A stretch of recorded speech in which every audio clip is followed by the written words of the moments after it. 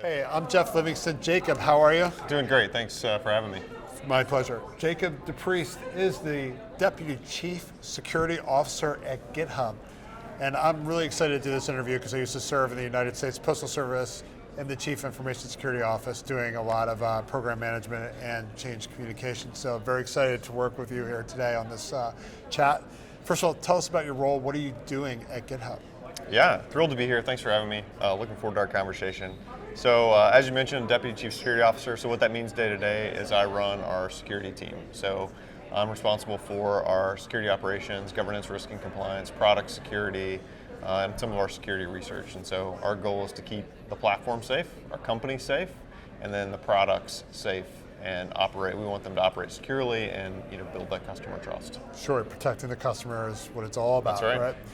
And you're here at the show talking about a product though, right? Which is Copilot. Yep. Obviously GitHub's out on the road talking quite a bit about that. So it uses NLP, I believe natural language prompts, if I'm correct.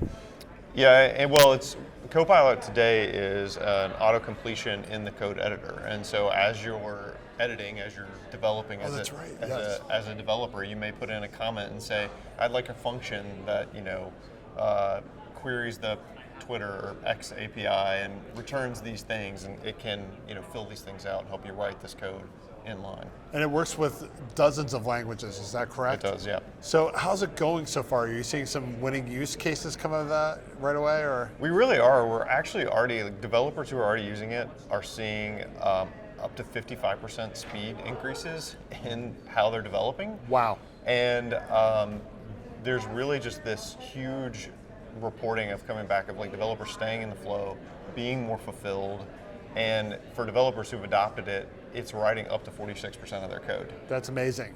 Yeah. So that obviously eliminates a lot of the rote tasking for them, and they can be more creative about how they're designing. That's right. Is that exciting to see, and are you consulting at all with it? I'm thrilled about it. Honestly, that's why I encourage my teams to do it and use it every day, because our teams are some of the most technical and best teams in the world, and I want them spending their time on the things that are making a difference for our customers, keeping our customers safe, not trying to figure out how to write a function again or whatever. And they don't want to do that either. They want to be focused on the interesting things. And so it's really enabling that in a way that's exciting. Yeah, I did see a session earlier too where there was somebody advising people on how to use Copilot to build their next gen product. So that's pretty cool.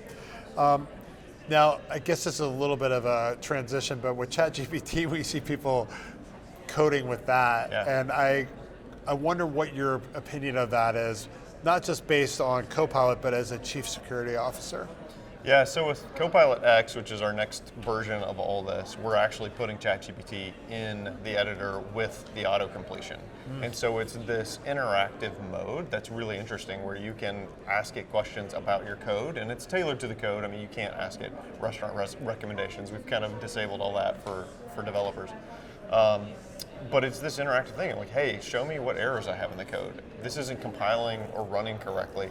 How can I make it more secure? And it just cuts down on that time and is really not only continuing to speed up the cycle and make developers more productive, but it's also helping developers make more efficient code or make more secure code. And so, I think there is some things we have to think about with the security hat on, with the privacy hat on, particularly intellectual property of, one of the things that we talk to our internal employees about is, hey, we want you to use these technologies, but here's the things to think about when you use them.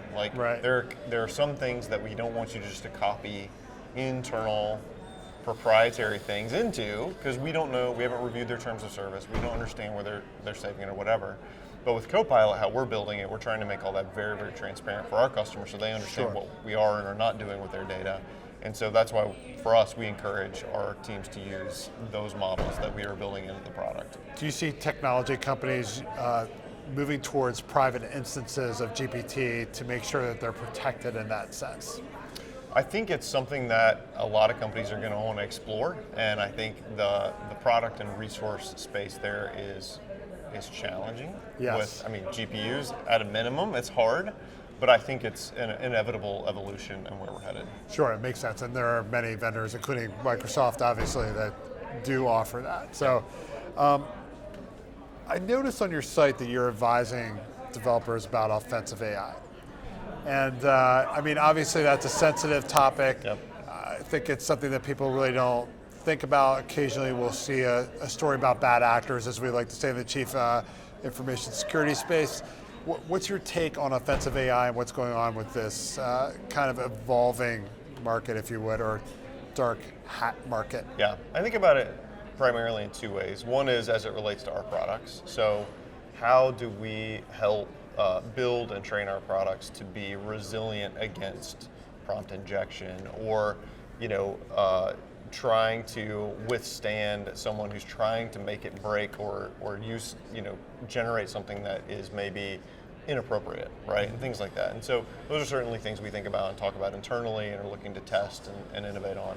I think the second thing that we think about is more from how do we protect the business and our customers. And adversaries and threat actors, they adopt new technology in some ways faster than the rest of us do. Often. Because they're innovating rapidly as well. And so what are the things we have to think about in terms of our defenses and threat detection, and what are the barriers we're putting up that aren't just to prevent humans, but also this new set of automation and AI that it's coming after systems and infrastructure as well. And so it's certainly a topic we're thinking and talking about.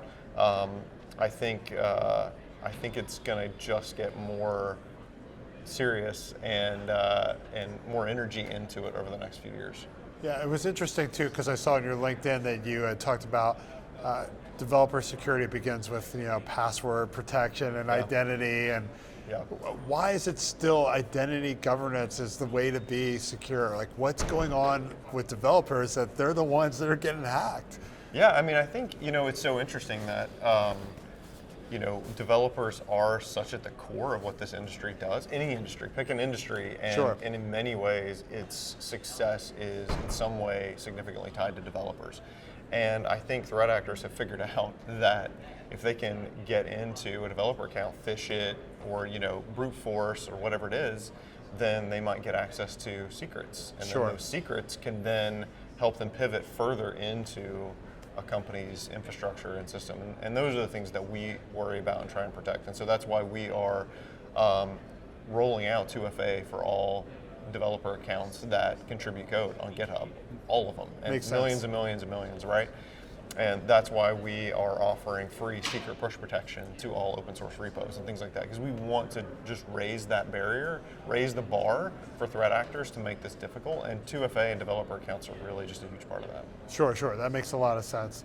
And then also, I imagine most developers, or some developers at least, are super admins within their own enterprises in a lot of ways, which of course creates more vulnerability, right? Exactly, and we always tell customers and developers, don't put secrets in code, put them in vaults, put them in the right places to store secrets, but inevitably somebody's testing or whatever and it shows up, and that's why it's a two-pronged approach. Keep the account as safe as we can, and then also provide the tools that can find, detect, and help developers remediate secrets that are in code. In that vein, do you see yourself and GitHub moving towards zero trust at some point? I think zero trust is a part of where the industry's just recognized we need to go, right? And to me, that really means this secure by design. Like, how are we thinking about the tools that we're building, the infrastructure that we're building, and all the things where we encourage our customers and our employees to make good security decisions as they operate every day. And I think that's just part of where we have to go as an industry, and that's where we're headed as part of GitHub. Very cool. Well, before we end, I want to ask you what's next for Copilot and what's next for Jacob? Next for Copilot, we've got so many cool things in the works. It is really central to how we want to integrate AI into every part of the developer experience and the developer platform. So right now we've been focusing on the editor, ChatGPT, and auto completion, but that's just the beginning. So stay tuned in the next few months for a lot more cool stuff that we're putting out. That's awesome. And for me, I'm loving what I'm doing. I love our mission. I love keeping the GitHub customers and community in the open source world as safe as we can. And so just going to keep doing that. Love it. Keep fighting the good fight and knock down those bad actors, my man. Appreciate it. Thanks for your time.